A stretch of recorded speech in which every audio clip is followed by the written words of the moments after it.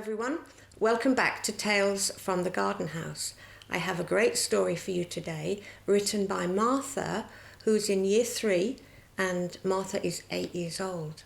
It's called Into the Woods. A long time ago, there was a little house on a hillside.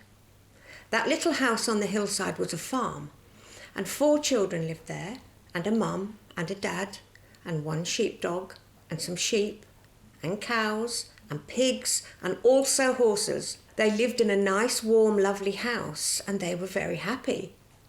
But there was only one problem, and that was that they didn't have much money, so all they had to eat was some carrot soup. Their dad tried to get some more money when he went to market, but he could barely get enough money to feed them and all his animals as well. So it was all very hard work for them, you see. So they were very poor. Chapter 2. One fine sunny day, the children were doing their chores.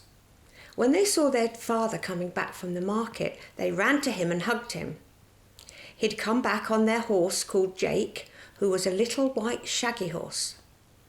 He'd also come back with some baby piglets. Their dad said, "Mandy and Tilly," those were the girls, "Billy and James," who were the boys, "Meet Muddy," who is this one, and Pot, who is this one, and Scrabble, the naughty one. "A farmer in the market gave them to me. He said I can have them."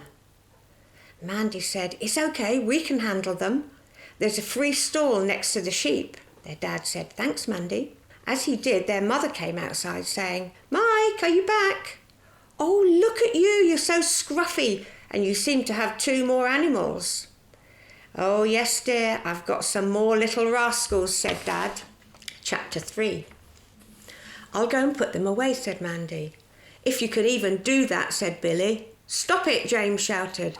"Oh, come on, let's go and put them away," said Tilly. When they'd finished their jobs, it was time for bed. But Mandy couldn't sleep. She was too scared of the noises and kept on thinking about the story of the ghost that James had told her. Tilly said it wasn't true. But was it? Then she was too scared and went to Tilly's room. She walked around the room, and then she stepped on the loose floorboard and they all woke up. "Tilly," said Mandy, "I'm scared." "There's nothing to be scared of," said Tilly. "Ooh, she's scared of the ghost," said James and Billy at the same time. "Mandy, you know there's no real ghost," said Tilly. "Look, if you want to go outside to check, then I'll come with you." Chapter 4. They went outside and then went to check on the piglets and saw they were not there. "Oh, I must not have shut the lock. What are we going to tell Dad?" said Mandy. "Well, they can't have got far," Tilly said. "Let's split up and look. Me and Mandy, and you and Billy," said Tilly. "Let's go on the horses, they'll be faster than us." "Okay, let's go," said Billy. "Come on, we can still find them." "Oh, look, there's one. Come on, nice and steady now." "Yes, we have it," said James. 1 down, 2 to go. "Look," said Tilly, "there's one." "It's okay, boy, it's okay." "We did it." "Come on, let's find the last one before the boys do," said Mandy. "Come on there. Look, there he is.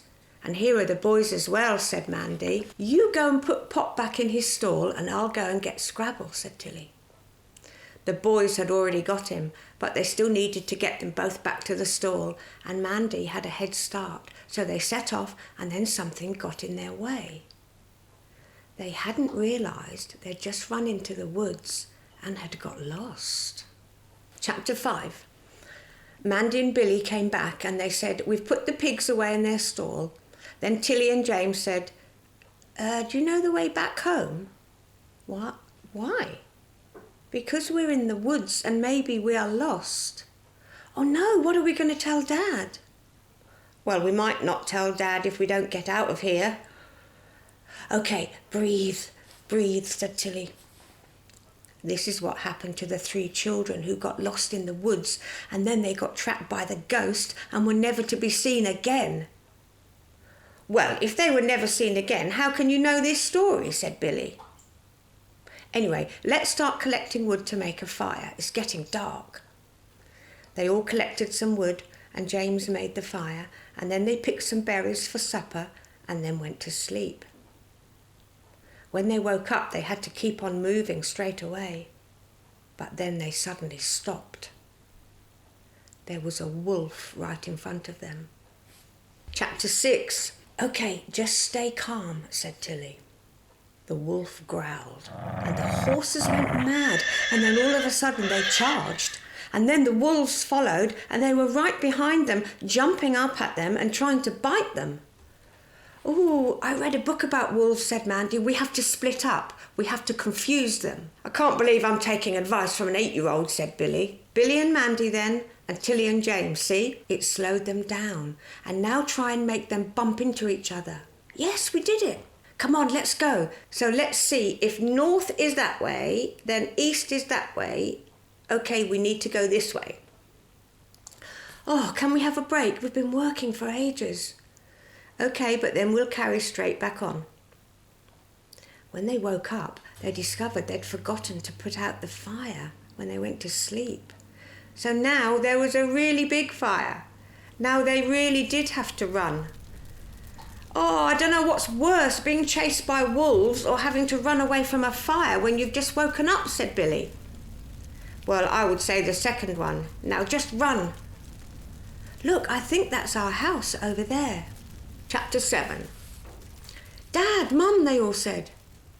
"Oh, we have been worried sick. Where have you been?" said Mum. "It's a long story," they said. "But there's a fire in the wood and—" "Don't worry, we've already phoned the fire brigade and they are on the case," said Mum. "Billy, can you go and put the horses away?" Dad said they must be very tired. "Hey," said Mandy, "who are those people coming over here?" The children watched them walk over to them. "We are TV reporters," they said, "and they sent us because they caught you on camera and they want to make a film about you. We will pay you, of course." So Mandy and Tilly and Billy and James told them the whole story, and then they were never poor again. The end. Well, Martha, that was quite an adventure those 4 children had, and very well written too. Well done. Over the next few weeks, I'll be reading some more stories written by children who've sent them to me. They're fantastic. Bye-bye.